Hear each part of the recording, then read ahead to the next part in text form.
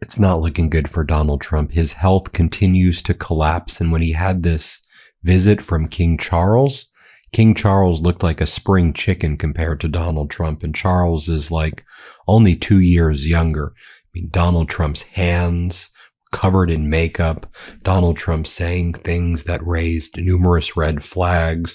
Donald Trump was cutting in front of the Queen when she was trying to shake the hands of Trump's cabinet. Trump ran around to shake the hands of the UK delegation and cut off the Queen. It was a very weird thing to watch. Did you remember this? Here, let's play this clip right here. Hit subscribe. Let's get to 7 million subscribers. Are finally coming to Pam Bondi, and thank God. And you know what? Thank God for Robert Garcia, because this wouldn't have happened without him. But what is even better maybe than the accountability that Robert Garcia is bringing is the reaction from Mike Johnson, James Comer, and Donald Trump. Just an admission of defeat, a humiliating moment. There is so much that I want to get into, that I want to talk about, that relates not to just this story of accountability finally for Pam Bondi and her crimes in covering up the Epstein files, her continued cover up of the Epstein files, by the way, but what this means for the rest of the administration, for Todd Blanche, and for accountability for those who helped Donald Trump protect pedos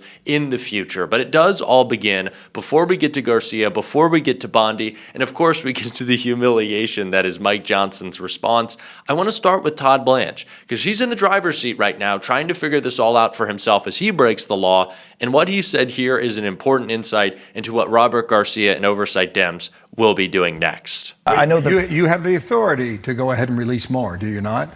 And you have the authority to go to Congress, perhaps? No, we have released everything. So listen, we reviewed 6 million pieces of paper. What we released was anything associated with the Epstein files. So there, we are not sitting on a single piece of paper. Nothing that should be released. If we find something else tomorrow, we'll release it. I don't anticipate we will. So the misguided assumption that there is more to be released is because we reviewed millions and millions of pages within the department, millions of which had nothing to do with Epstein. So it's not as if we looked at a document and said, we're not going to release that. If we didn't release it, it's because it was not responsive to the law and therefore not part of the Epstein files. What we've done with Congress is we by law, we had to make certain redactions, by law, including of victims and of PI information. But we said to Congress, any congressman can come in and spend as much time as they want looking at everything unredacted. And if you think we should be doing something, Congressman or Congresswoman, let us know and we will do it. And so we have that. I don't know how this department or this president can be more transparent than saying, American people, here's every single document in our entire database. And if we had to redact it because of victim names, anybody can come look at it if you're a member of Congress. No restrictions, unredacted. On Tuesday morning, April 28, 2026, on the South Lawn of the White House, in front of the King of the United Kingdom, the Queen Consort, the entire diplomatic press corps, the heads of every major American tech company, and the world's cameras, the President of the United States looked at the 77-year-old monarch standing next to him and announced, direct quote, sourced through Fox News' own broadcast, "My mother had a crush on Charles. Can you believe it? I wonder what she's thinking right now." Read that one more time. Donald Trump's mother, Mary Ann McLeod Trump, was born on May 10, 1912. King Charles was born on November 14, 1948. Mary Ann McLeod Trump was 36 years old when King Charles was born. She was a married mother of 5 with grown children when Charles was a toddler taking his first steps in Buckingham Palace. The math is so off, the chronology is so impossibly broken that within minutes social media on every continent was pointing out that the King of the United Kingdom, at age 77, is younger than Donald Trump himself, who is 79 years old. So when Trump said his mother had a crush on the cute young Charles, he was fabricating a story so chronologically impossible, so cognitively scrambled, that even his own son, Don Jr., was not heard defending it on social media. That was the moment on Tuesday morning when the rest of the world finally saw what Mary Trump, Marjorie Taylor Greene, Bill Maher, Ben Meiselas, and every honest observer of this presidency has been saying for 18 straight months. The president is not okay. The president is not stable. The president is not in command of basic facts about his own family.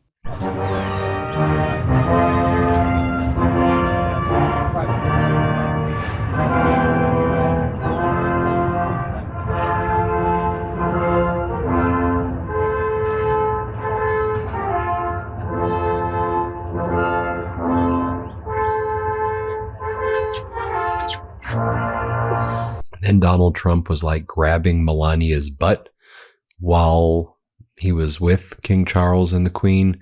And then there was this moment where Donald Trump like let go of, or Melania lets go of Donald Trump's hand, and just watch this as he like struggles to even like stand up. And then they're doing like weird things with their hands right here when they're together. I mean, there's just nothing normal about any of this interaction. Here, play this clip right here.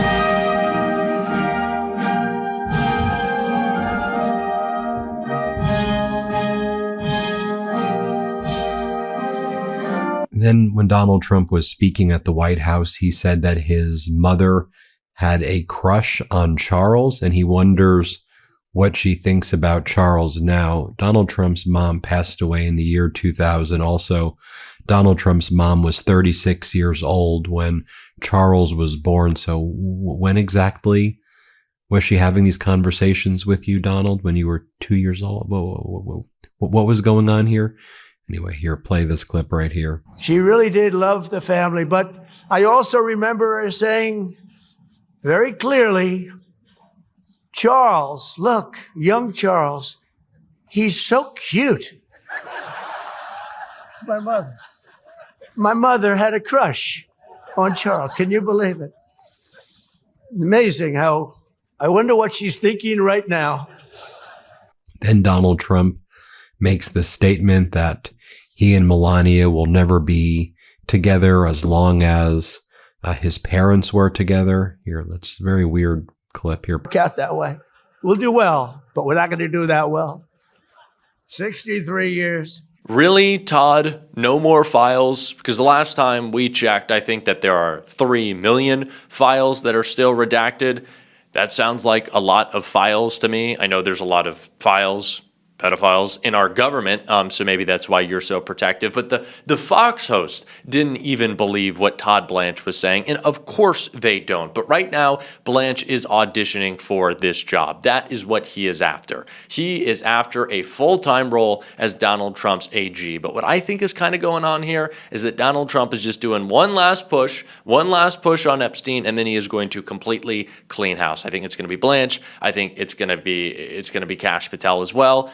But that means accountability is coming to the mall. Maybe it's not right now, but it's going to be soon, because Robert Garcia, he's acting at least on Pam Bondi right now. We have heard absolutely nothing from her, nothing from any of her legal representatives, nothing from the DOJ. So she has left us no choice. She didn't show up to her scheduled deposition, which we have under law for her to actually come. The Republicans also agreed to that subpoena. They released it with Chairman Comer. And we've heard absolutely nothing from the AG. But what we do know is that half of the files have not been released. Survivors have been, of course, as you know, doxxed and put in danger because their names and information have been put actually in the files that were supposed to be redacted. And so there has been absolutely, in this case, a massive cover-up that's been directed by the AG, and she has not answered her question. So she must come under oath, and stay tuned, because imminently that contempt charge is going to be filed, and we expect that process to go through and for her to show up in front of our committee. So that was Robert Garcia last week saying that accountability is coming for Pam Bondi. That Pam Bondi, if you continue to push back, if you continue to stall, if you continue to break the law, which is what she's doing, we're going to hold you in contempt of Congress. And that is exactly what Robert Garcia did. Now, this is breaking news out of House Oversight Dems. Again, what is funnier to me is the Republican response, so do stick around for that. But let's read this breaking update. Oversight Dems, headed up by Robert Garcia, said in a statement, Pam Bondi has illegally defied our committee, skipped her deposition, and refused to cooperate. Today, we have filed contempt charges. Read Ranking Member Robert Garcia's statement. Ranking Member Robert Garcia, Pam Bondi has illegally defied our committee, skipped her deposition, and has refused to cooperate. We have introduced a contempt resolution to hold her accountable. Bondi has extensive personal knowledge about the Trump administration's handling of the Epstein files, and regardless of her job title, I love that statement, her testimony and cooperation are crucial. The survivors of Jeffrey Epstein's abuse deserve answers, and the American people deserve the truth. Oversight Democrats are taking the lead on holding Bondi in contempt because Chairman Comer is trying to run out the clock, and we refuse to let this administration stop our investigation. A 1,200-year-old institution that has seen kings and queens lose their grip on reality in real time, including famously King George III, is right now standing on American soil watching it happen again. By Tuesday evening, the diplomatic disaster had only deepened. Trump had bumped into King Charles during the troop review on the South Lawn. Trump had cut in front of Queen Camilla, the Queen Consort of the United Kingdom, to shake hands with his own cabinet members. Trump had compared his own marriage to Melania to his parents' marriage, in a bizarre tangent that, according to International Business Times UK, drew what the British paper called a death stare from Melania herself. Trump had publicly revealed what King Charles had said to him in a private conversation about Iran's nuclear program, a violation of one of the most basic protocols of British monarchy interactions. Trump had stopped his state dinner speech mid-sentence to praise the Northern Irish golfer Rory McIlroy, who happened to be in the audience. And then, in the most stunning moment of the entire visit, King Charles himself, at his own state dinner toast, calmly, deliberately, looked across at the President of the United States and reminded him that the British had once burned the White House to the ground in 1814. Direct quote, sourced through CNN's coverage of the dinner, King Charles said, "I cannot help noticing the readjustments to the East Wing, Mr. President. I'm sorry to say that we British, of course, made our own small attempt at real estate development of the White House in 1814. The room laughed, the cameras rolled, and the British crown, in one perfectly chosen sentence, made the President of the United States look both deeply ridiculous and deeply small, in his own house, at his own dinner, on his own most important diplomatic occasion of the year." So today I am going to walk you through every single moment of this catastrophe. The mother had a crush gaffe, the bumping into the king, the Camilla snub, the Iran nuclear betrayal, the Rory McIlroy interruption, the William the Conqueror Truth Social meltdown, the William the Conqueror joke from the king himself, King Charles's surgical takedown of Trump in front of Congress and at the state dinner, plus the latest news from the last 24 hours, the cabinet living on military bases, Caroline Leavitt's shots fired prediction, Jimmy Kimmel's takedown, Bill Maher's "We did not win" verdict, the Wob Canoe Epstein challenge, the David French column declaring Zelensky the new leader of the free world, the Spirit Airlines bailout, the Navy secretary fired in the middle of a war. Because when you put all of this together, you understand exactly why the British monarchy felt comfortable openly mocking the President of the United States on his own South Lawn this week. The whole world is watching, the whole world is laughing, and the whole world is making other plans. And then when Donald Trump was speaking in the White House during the state dinner itself, he just was all over the place, and he talked about like Rory McIlroy, the golfer who was there. Like, he couldn't keep his thoughts straight. And he's like, oh, Rory McIlroy's there. Great golf win by you. Anyway, here, play this clip right here. This unstoppable daring, this unconquerable courage, it really is. It's unconquerable. And speaking of that, where's Rory McIlroy? Can stand up, Rory, will you please? That was unconquerable courage. That was very good, Rory. I don't know if that helps them talk about how wonderful the speech, but I had to interrupt my speech because I watched that man win a tournament. That was a tough one. Congratulations. Very proud of you. All right, now I'll get back to my speech, Rory, okay? Remember when King Charles arrived, Donald Trump, with those hands of his covered with makeup, did the weird handshake thing? Here, play this clip.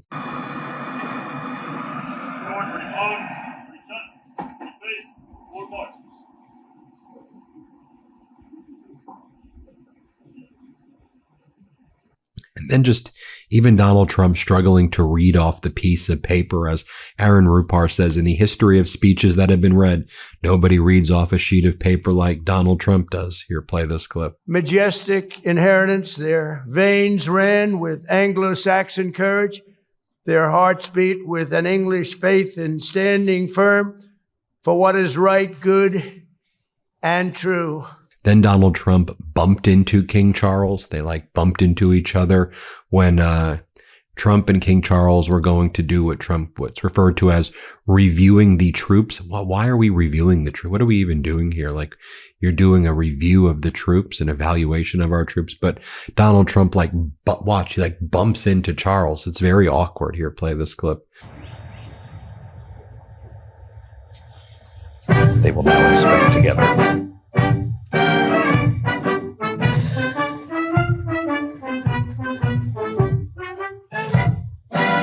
Pam Bondi should be charged, and not just with contempt of Congress. Pam Bondi has been breaking the law and continues to break the law in her cover-up of the Epstein files and her cover-up of the criminality of this Trump administration. So yes, this is absolutely the right move. It is also a pressure move from Robert Garcia, which is funny considering that immediately after this statement went out, what did we see from James Comer? Well, panic and an admission of defeat from him and Mike Johnson, who have been blocking any actual hearings in the Oversight Committee, doing everything they can to stall, like Robert Garcia said. And now Johnson, Comer, Trump, all admitting defeat with what's supposed to be an attack on Garcia. Didn't really land, though. The GOP Oversight Committee responded to this statement, writing, "This is all theater and completely unnecessary. We were happy giving the Clintons a free pass." They were happy, I should say, giving the Clintons a free pass for months. I don't know what you're talking about. The Clintons testified. "We have secured Bondi's appearance for May 29th. Today, we're marking up legislation to tackle fraud at the federal level, and all Democrats can talk about is Epstein." I don't know. Epstein seems important to me. Oversight Democrats responded saying, well, look at this. 45 minutes after we file contempt charges against Pam Bondi for defying her subpoena to testify, GOP Oversight finally announces a date for her appearance. When Democrats fight, we win, and we won't stop until we get justice. Hell yeah, Robert Garcia. So let's break this down.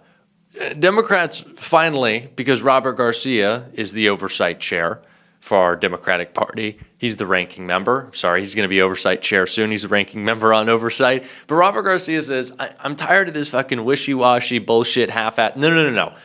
We're filing contempt charges. And by the way, it only took this long because James Comer and Mike Johnson quite literally prevented them from being able to, right? You have to be in Congress. You have to be in hearing. You have to be in committee to actually introduce those charges, right, to bring contempt of Congress forward. You can't just declare it on Twitter. It's actually going to happen formally. And so Mike Johnson and James Comer have been shutting down committees, not allowing that to happen. Right, so Robert Garcia is finally able to, because he's not putting up with this bullshit. By the way, the new generation of leadership we have is incredible, especially on oversight. You're talking about Robert Garcia, obviously, but someone like a Ro Khanna, someone like a Yasemin Ansari, these people who are actually going to ICE detention facilities, these people that are pushing back. Nevertheless, let's get back to what we're talking about. I just had to give some shout outs there. Conference outside a dildo store. But before I take you in deeper, please, the corporate networks are not going to give you the whole picture. ABC settled a $15 million Trump defamation suit. Disney caved when the FCC came after Jimmy Kimmel. Sinclair and Nexstar preempted Kimmel on their local affiliates. The Sunday shows are running scared. The institutional press is bending. And the only place left where you can hear the multi-source independent journalism that connects every dot is right here. So if you are watching, hit subscribe, smash like, drop a comment, and if you can, join our membership for $9 a month. $9 keeps us independent. $9 stands between us and silence. And if you cannot do $9, share this video with one person. One. Now let me get into it. Let me start with the chronology of the disaster, because the timeline matters. The state visit began on Monday, April 27, 2026. According to CNN's live updates, Time Magazine's photo coverage, CBS News reporting, and the official White House announcement, this was the first state visit by a British monarch in nearly 2 decades. The last time a British monarch was hosted at this level was 2007, when George W. Bush hosted Queen Elizabeth II. King Charles came in as a sovereign monarch, making his first state visit to the United States since assuming the throne after Queen Elizabeth II's death in 2022. The protocol was elaborate. The white tie dress code was a rarity. The 4-day visit was supposed to be a celebration of the 250th anniversary of American independence, scheduled to officially happen this July, and it was supposed to repair the badly strained US-UK relationship that had collapsed during Trump's first 16 months back in office. Trump had publicly attacked British Prime Minister Keir Starmer for refusing to allow British military bases to be used for offensive operations against Iran. Trump had mocked Britain's fleet of warships in the press. Trump had called NATO, direct quote sourced through CNN's April 1st reporting, a paper tiger. Trump had said he would absolutely consider trying to withdraw the United States from the alliance. By the time the king arrived on Monday, the Brits had decided that Charles, as a constitutional monarch with no formal political power, would be the right person to thread the needle of being polite to a man their government has been openly furious with for 16 months. King Charles agreed to come. The White House welcomed him, and then everything went sideways. Drop a comment below if this is hitting for you. One word: disgraceful, embarrassing, worried, whatever you feel. Every comment helps the algorithm push this video further. Then stay with me, because Tuesday's events were the most embarrassing day any modern president has had on a state visit in living memory. Tuesday morning, April 28, 2026, the arrival ceremony on the South Lawn. According to Fox News broadcast and the official transcript, Trump stood at the podium and delivered remarks meant to set the tone for the visit. He started solidly enough, talked about the 250th anniversary, talked about American culture and creed predating the Constitution, talked about the deep historical bonds between the UK and the US, and then he started talking about his mother, Mary Ann MacLeod Trump, born in Scotland in the village of Tong on the Isle of Lewis in 1912. According to the Fox News transcript, Trump said his mother loved the royal family. He said his mother loved the Queen. He said his mother used to glue herself to the television to watch Queen Elizabeth's ceremonies. And then Trump said the line that broke the entire diplomatic moment. Direct quote, sourced through Fox News' own broadcast, but I also remember her saying very clearly, "Charles, look, young Charles, he's so cute." My mother had a crush on Charles. Can you believe it? I wonder what she's thinking right now. Read that quote one more time. The President of the United States, age 79, claiming his mother, born in 1912, who would have been a 36-year-old grown woman with children when Charles was born in 1948, had a crush on the cute young Charles. It is mathematically impossible. It is chronologically broken. It is the kind of thing only a brain that has lost the ability to compute basic timelines could produce. Within minutes, social media users on every platform were doing the math. The International Business Times UK published a piece with the headline, direct quote, "My mother had a crush on Charles. Trump says, as social media points out, the king is younger than him. Charles is 77. Trump is 79. The King of the United Kingdom is younger than the President of the United States. So in addition to the chronological impossibility of Trump's mother having a crush on a baby Charles, the entire premise of young Charles is also broken, because Charles is younger than Trump himself." And then as that continues, I'll only show you a short clip here. Donald Trump then struggles to walk in a straight line as they are so-called reviewing the troops. You can watch for yourself what happens. This military guard of honor. And as the national anthems played, we had the cannons just beyond the crowds here, just in front of the Washington Monument, south of the White House. By the way, just look at Donald Trump's hands. Again, you can see what his hands look like. I mean, just gnarly looking hands. Here, play this clip. Posts two kings. He finds that funny. He posts two kings with a photo of him and King Charles. He then says that he was, how great King Charles' speech was because the Democrats applauded him and he never gets applause from the Democrats. Again, this is just so embarrassing. And then before they spoke, Donald Trump said that he was jealous of King Charles for giving such a good speech in front of Congress, and he wished he could give a speech like that. Let's play this clip. And Queen Camilla of the United Kingdom to the White House. Very special place. Very, very special. And I also want to, before we really begin, I want to congratulate Charles on having made a fantastic speech today at Congress. He got the Democrats to stand. I've never been able to do that. I couldn't believe it. couldn't believe it. They liked him more than they've ever liked any Republican or Democrat, actually. So I just want to thank you and congratulations. It's not an easy thing to do. That's a tough place. Republicans then say, oh, well, they're just lying about this. This isn't actually true. We always wanted Pam Bondi to testify, and actually she's going to come in late May.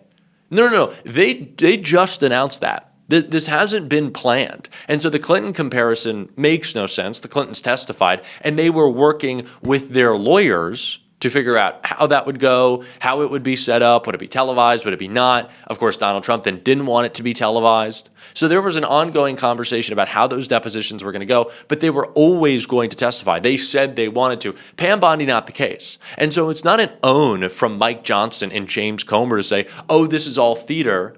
These contempt of Congress charges, they don't make any sense because Pam Bondi's going to testify. Pam Bondi's only going to testify because Robert Garcia put the squeeze on her and said, you're going to jail if you don't. And so her responding 50 minutes later going, oh shit, I didn't know Democrats would actually do this, is a testament to how Democratic leadership has changed and what happens when we put real, actual Democrats in charge of doing actually important jobs. So shout out to Robert Garcia, always holding it down. But what comes next? I can promise you a Republican freakout. I can promise you more people folding. This is a sign to everyone at the DOJ, by the way. That is why that line that I said hell yeah to, no matter her job title, is so important.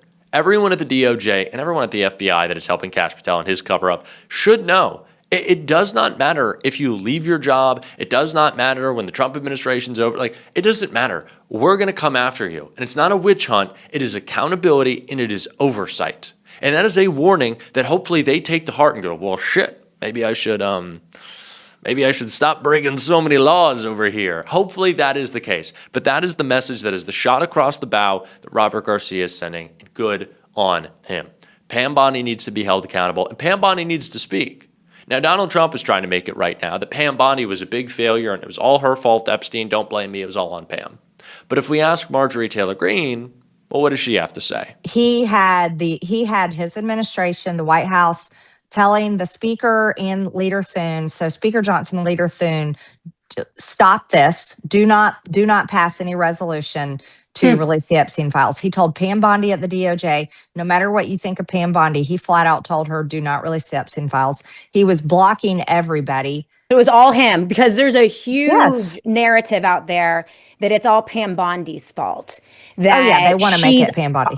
Undermining him. You're saying that, to your knowledge, he was driving this bus. Trump drove the bus to suppress the Epstein files, according to what you witnessed? I know he did.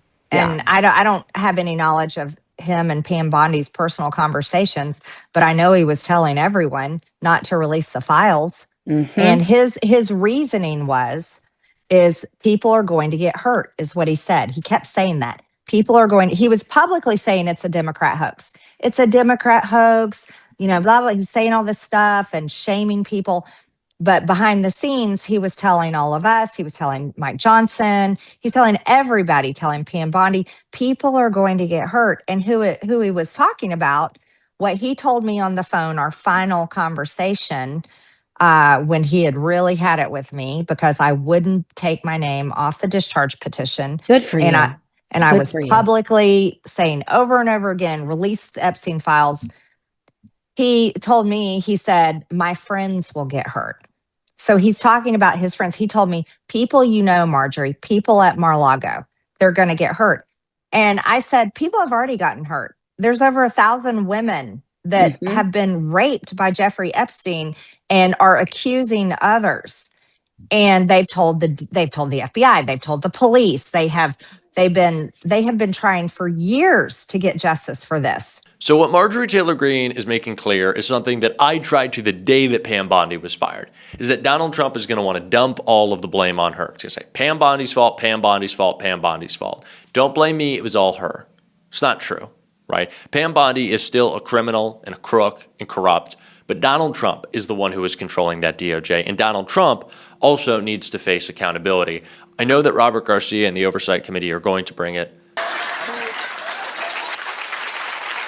The whole story collapsed on contact with reality. And nobody at the State Department, nobody at the White House Communications Office, nobody in the Trump family, nobody anywhere could explain what the President of the United States was actually trying to say. This is exactly the cognitive pattern Mary Trump, Donald's niece, the clinical psychologist with the doctorate, has been describing on every podcast in America for the last 18 months. According to the Daily Beast's reporting on her Daily Beast podcast appearance, Mary Trump told host Joanna Coles, direct quote, "There are times I look at him and I see my grandfather. I see that same look of confusion. I see that he does not always seem to be oriented to time and place." She has talked about the same Alzheimer's signs she watched destroy her grandfather, Fred Trump Sr., who was officially diagnosed with senile dementia in 1991, according to physician records cited by the Daily Beast. She has talked about the deer in the headlights look. She has talked about the slipping memory. She has talked about the disorientation. And the mother had a crush on a younger king who is older than me. Gaffe is exactly what cognitive disorientation looks like in real time. And it kept getting worse. According to Midas Touch's video posted on X, which has now been viewed by millions, Trump physically cut in front of Queen Camilla, the Queen Consort of the United Kingdom, to shake hands with members of his own cabinet during the arrival ceremony. The International Business Times UK published a piece headlined, "Trump Caught Cutting Off Queen Camilla Handshake to Greet His Own Cabinet in Awkward Royal Snub Moment." Direct quote sourced through IB Times. Critics described the moment as disrespectful, pointing to the importance of observing royal protocol during such high-level engagements. And I was also thinking about what Donald Trump was saying about his mom. Donald Trump's been doing a lot of weird stuff lately. I mean, we know that, but, he speaks a lot about he's not going to make it to heaven.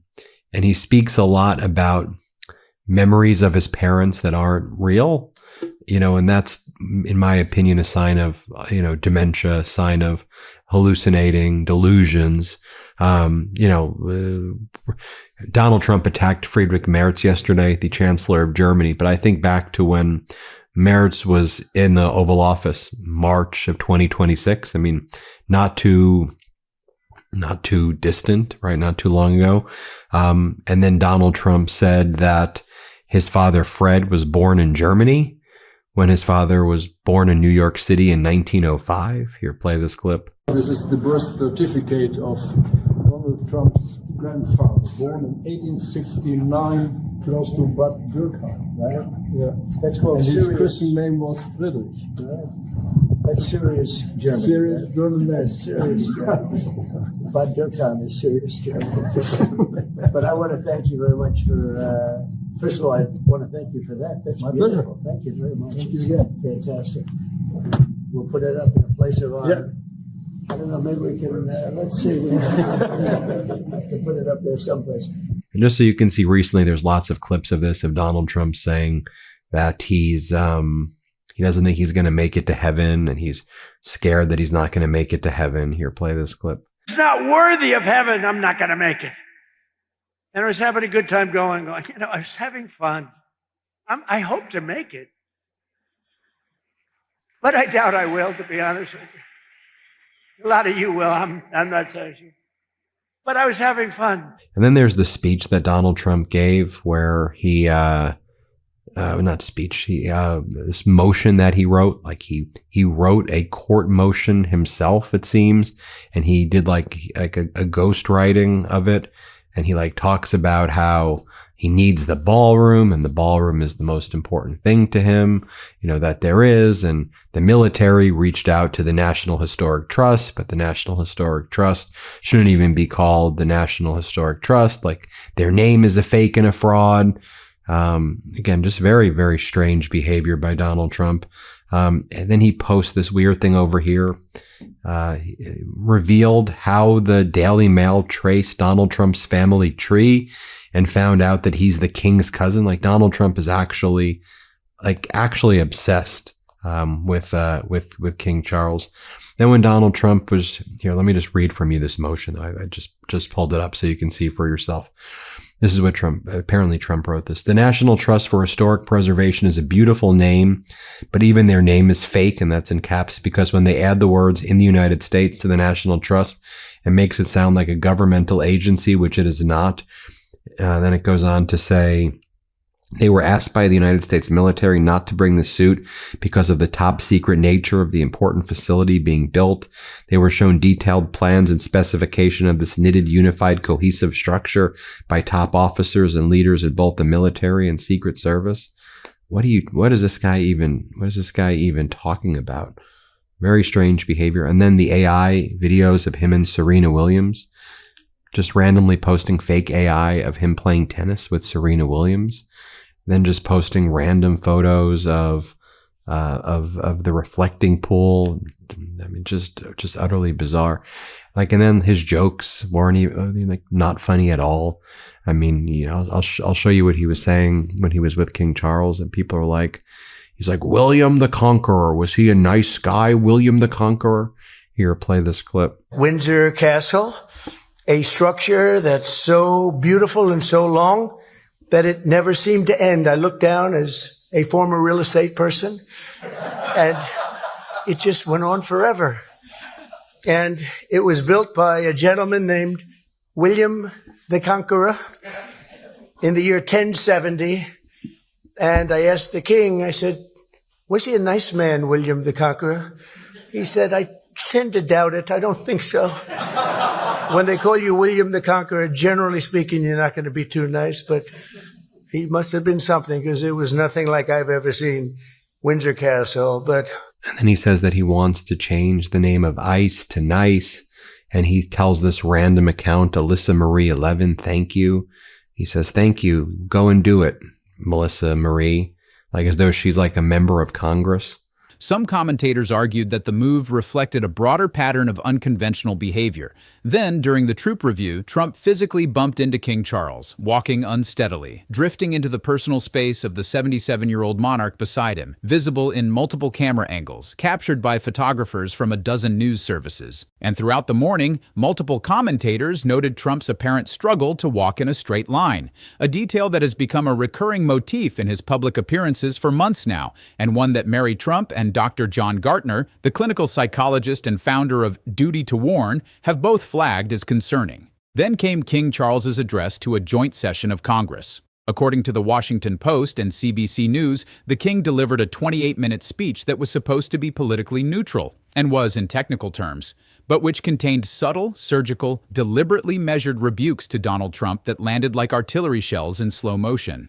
Direct quote sourced through CBC News, King Charles, speaking to Congress, gently corrected the record on NATO's past support for the U.S., stood up for the Royal Navy after Trump's insults about that service, called for greater protection for nature amid American indifference on climate change, and praised checks and balances on executive power. Read that list again. The King of the United Kingdom, in his first joint address to Congress, used his time to defend NATO from Trump's attacks, defended the Royal Navy from Trump's insults, called for action on climate change that Trump has called a con job, and praised checks and balances on executive power at a moment when Trump has been openly testing those checks and balances. Charles also opened his congressional address by referencing the WHCD shooting on Saturday night. According to CNN's coverage, Charles said such violent acts will never succeed. It was a moment of grace. The King of the United Kingdom calmly, publicly, on the floor of the U.S. Capitol, addressing the political violence rocking America. And then he spoke about his late mother, Queen Elizabeth II, who is the only other British monarch ever to have addressed Congress back in 1991. Charles compared the moment, the era, the strain on the special relationship to the tone his mother had set 70 years ago. According to ABC News' transcript of the speech, members of Congress on both sides of the aisle stood and applauded the king throughout. Bipartisan applause from a divided Congress for a foreign monarch, while the President of the United States, watching from the White House, fumed. According to Ben Meiselas' Made Us Touch reporting, Trump expressed open jealousy over the bipartisan applause Charles received, saying, direct quote, that he was surprised by the standing ovation. Surprised.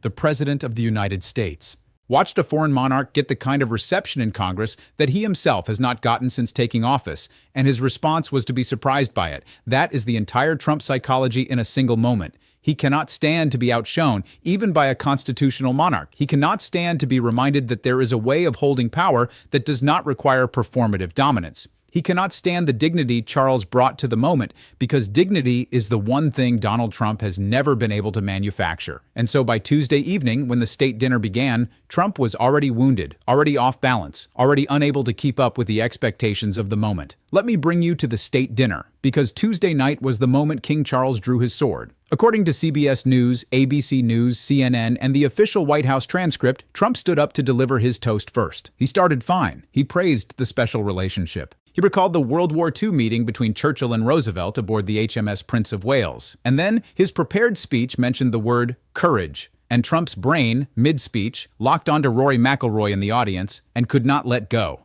Direct quote, sourced through the Irish Star, Outkick, Heavy Sports, and multiple confirming outlets, Trump said, "This unconquerable courage, it really is. It's unconquerable."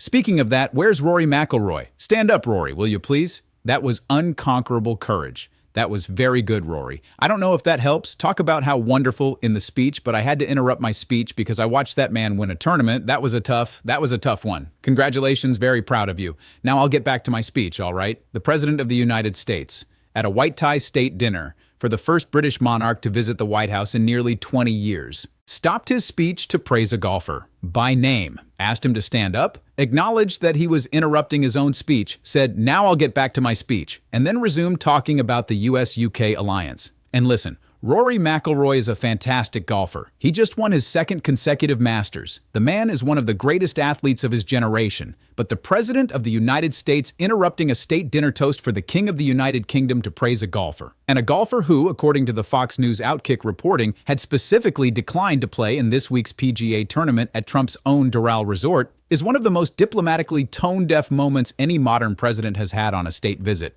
It was rambling, it was distracted, it was unfocused, and it was the kind of cognitive drift that happens when a brain cannot hold on to a single thread for more than 90 seconds at a time. Then came Trump's other unforced error. According to CNN's coverage of the dinner, Trump said, direct quote, "Charles agrees with me even more than I do. We're never going to let that opponent have a nuclear weapon."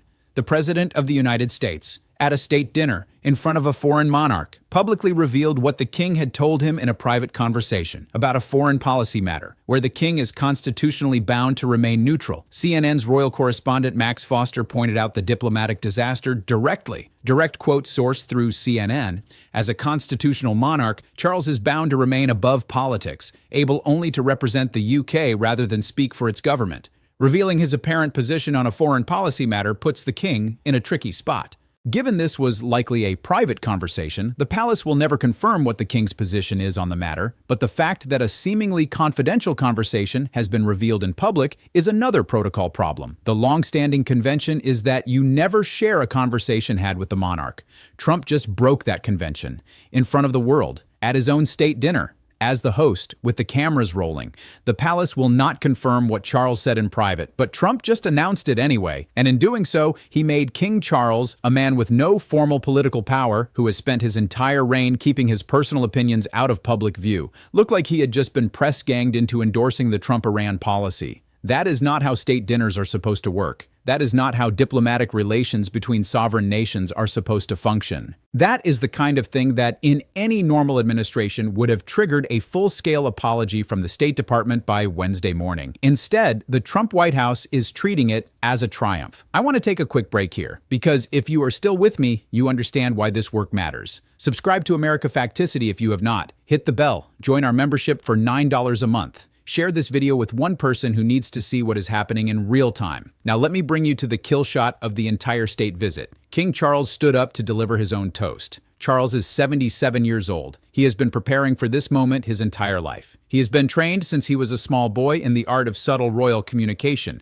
the way the British Crown sends signals to other heads of state without ever raising its voice. And on Tuesday night, he used every single tool in that arsenal. According to ABC News coverage of the dinner, the king opened his toast by acknowledging Saturday's WHCD shooting, paying tribute to Trump's courage and steadfastness and to the Secret Service for their swift action. It was gracious, it was kind, it was generous, and then he pivoted. According to CNN's coverage and the full text of his toast, Charles invoked his late mother, Queen Elizabeth II's 1957 visit to Washington, which had been intended to repair what the king called a crisis in the Middle East. Charles said, Direct quote sourced through CNN, "When my mother visited in 1957, not the least of her tasks was to help put the special back into our relationship after a crisis in the Middle East. Nearly 70 years on, it is hard to imagine anything like that happening today." The room laughed, because everybody understood. Charles had just told the President of the United States, with one perfectly aimed sentence, that the US-UK relationship is in crisis. That the Iran war has done damage that may take decades to repair. That the king had come to America with the same mission his mother had come with 70 years before, to fix what an American president had broken. And then came the kill shot. According to CNN's coverage, the king looked at Trump and said, direct quote, "I cannot help noticing the readjustments to the East Wing, Mr. President." Pause, smile, letting the room understand. He was talking about Trump's controversial new East Wing ballroom project, the same project the National Trust for Historic Preservation has filed a lawsuit to block, the same project the Trump DOJ tried to use the WHCD shooting as leverage against, the same project that has destroyed parts of the historic East Wing. And then the king delivered the punchline. Direct quote, "I'm sorry to say that we British, of course, made our own small attempt at real estate development of the White House in 1814. The room exploded with laughter, because the king had just reminded the President of the United States that in 1814, the British Army had marched on Washington and burned the White House to the ground, that the most consequential real estate development in this building's history had been a British arson, that if Trump wanted to play at being a transformative architect of the People's House, he should remember who had transformed it last and how badly that had ended. That joke, delivered by the King of the United Kingdom in the East Room of the White House in front of every Supreme Court justice, every cabinet member, every CEO, every senator, every news anchor, and every member of the British royal household, that joke is the moment this entire week pivoted. Because what King Charles did, in the most polite and diplomatically appropriate way possible, was tell the President of the United States in front of the entire planet, "Your wars are reckless, your construction projects are vandalism, and the British monarchy has been around for 200 years and we are not impressed." Direct, surgical, perfectly aimed. And the room laughed. And then there was Wednesday morning, April 29th, today as I am recording this, when, according to Yahoo News and ABC News live coverage, King Charles and Queen Camilla traveled to New York City for the third day of the visit. They visited the 9/11 memorial. They met with the families of victims and first responders. They met with New York City Mayor Zohran Mamdani. Yes, the new socialist mayor of New York City who took office in January after defeating Andrew Cuomo. They met with New York Governor Kathy Hochul. They met with New Jersey Governor Mikey Sherrill. King Charles spent the morning in New York City with elected officials Donald Trump has openly attacked for months, paying tribute to Americans who died in 9/11. Queen Camilla held a reading reception at the New York Public Library. The royal couple did everything Donald Trump did not do. Visited a major American memorial, met with American leaders across the political spectrum, did the work of repairing diplomatic ties. And in the meantime, the Trump White House was still trying to control the narrative. The official White House readout, published this morning, April 29th, according to the whitehouse.gov page, claims the visit was a triumph. According to the official statement, Trump's South Lawn remarks celebrated the historic connections between the two countries. The "mother had a crush on Charles" line is missing from the White House readout. The cabinet bumping incident is missing. The Camilla snub is missing. The Iran nuclear betrayal is missing. The McElroy interruption is missing. The William the Conqueror moment is missing. None of it is mentioned in the White House's official version of events. But the rest of the world knows. Every newspaper in Britain has covered the protocol breaches. Every newspaper in Canada has covered the King's surgical takedown. Every newspaper in Europe has covered the diplomatic disasters. The world has eyes. The world has cameras. The world has its own memory. And the White House cannot edit reality away anymore. Now let me bring you to everything else happening this week, because the King Charles visit was just one of about a dozen disasters unfolding simultaneously. The Cabinet of the United States is now living on military bases. According to the official CBS transcript of Sunday's 60 Minutes interview, Norah O'Donnell asked Trump directly about why his cabinet secretaries are living on military bases because of credible threats against them. Trump's response, direct quote sourced through CBS, "Well, they choose to. I'm not sure that they need to. They also have nice places, you know? Some of the housing on the military bases is very nice. I'm not sure they do it necessarily for violence, but probably it's not the worst thing in the world. It's not the worst thing in the world. The President of the United States saying his cabinet living on military bases because of death threats is not the worst thing in the world." Caroline Leavitt, the 28-year-old White House press secretary, predicted shots fired tonight in the room 3 hours before there were actual shots fired at the WHCD on Saturday night. Direct quote captured by Fox News' own broadcast. And then she demanded that ABC fire Jimmy Kimmel for his 3-day-old joke about Melania Trump being an expectant widow. Jimmy Kimmel on Monday night played the Caroline Leavitt clip on his own broadcast and asked the country what standard the White House was applying. According to the Spokesman Review, Kimmel said, direct quote, "If you want us to believe that a joke I made 3 days before this dinner had any effect on anything that happened, well then, maybe someone should look into this psychic lady too." George Clooney defended Kimmel publicly at the 51st Chaplin Award Gala. Direct quote sourced through Variety. "Jimmy's a comedian, and I would argue that Caroline Leavitt didn't mean shots should be fired, right?" Bill Maher, on Friday, April 24th, declared the Iran war over and lost on HBO. Direct quote sourced through HuffPost. "Hormuz is not open. The people did not do an uprising. The regime is still in place. We did not win." Maher receives the 2026 Mark Twain Prize at the Kennedy Center on June 28th, the most prestigious comedy honor in America. Manitoba Premier Wab Kinew, on Friday, April 24th, told CTV News that American liquor would only return to Manitoba shelves when Trump released the Epstein files. Direct quote sourced through CTV. "Donald Trump obviously does not like talking about the Epstein files because he's mentioned in there so often." David French in the New York Times, on Sunday, April 26th, declared Volodymyr Zelensky the new leader of the free world. Direct quote sourced through Kyoshi's archive. French wrote that if Ukraine has truly given up on the United States, it may be worse news for the United States than it is for Ukraine. The Spirit Airlines bailout is still being negotiated. The Trump administration is still considering invoking the Wartime Defense Production Act to take 90% ownership of the airline. Senator Ted Cruz called it, direct quote sourced through Time, an absolutely terrible idea. Trump's own transportation secretary, Sean Duffy, publicly opposed it. The Navy secretary fired in the middle of an active war, the Pentagon firing more than a dozen senior officers, the 600% drug discount math defended on the Senate floor by RFK Jr., the $166 billion court-ordered tariff refund, the Easter morning praise be to Allah Truth Social rant, the AI Jesus meme on Easter Sunday, the Marjorie Taylor Greene 25th Amendment demand, the Mary Trump dementia warnings, the Tucker Carlson apology podcast, the Rosie O'Donnell exile in Ireland, the Whoopi Goldberg draft warning, the Arnold Schwarzenegger Conan sword speech, the Cher 2016 prophecy, the Bill Maher dinner with Trump, the Ana Navarro Karma Never Forgets an address line, the Rachel Maddow Burn Order podcast about Japanese internment, the Wab Kinew Iran as Epstein distraction theory, the David French Zelensky as leader of the Free World Declaration, every single one of these voices telling the same story in the same week with the same evidence. The Trump administration is in collapse. The lies are not landing. The cover stories are not working. The base is fracturing, the cabinet is splitting, the allies are walking away, and the people closest to Trump are publicly declaring him unfit. And on top of all of that, King Charles III, the constitutional monarch of the United Kingdom, just spent 4 days at the White House watching Donald Trump cut in front of his wife, bump into him during a troop review, fabricate a story about his mother having a crush on him, leak a private conversation about Iran's nuclear weapons, interrupt his own state dinner toast to praise a golfer, and ramble about William the Conqueror on Truth Social. And Charles, with one perfectly aimed line about the British burning down the White House in 1814, made the President of the United States look like exactly what he is, a man no longer in command of the moment. Before I let you go, please, subscribe to America Facticity if you have not. Hit the bell.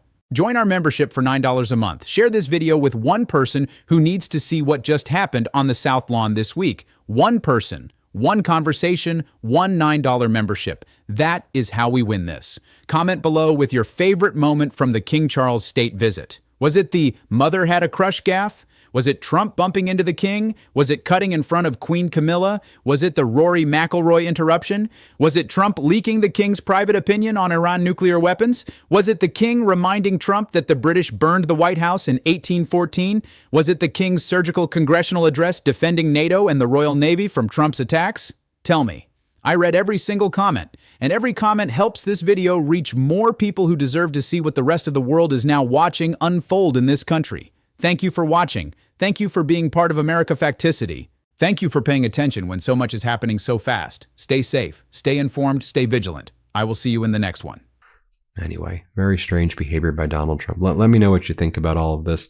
Hit subscribe. Let's get to 7 million subscribers, but just very, very odd. And I'm quite excited to watch that. Again, we have a new generation of leaders. That is what we need right now. And we are going to follow in their lead. We're going to keep holding people to account. If you want to support that on this show and be here for all the breaking news, as always, you can hit that subscribe button, leave a like on this video. If you stuck around to the end, drop a blue heart in the comments. Keep on fighting, y'all. Don't let them silence you. And until next time, I'll see you soon.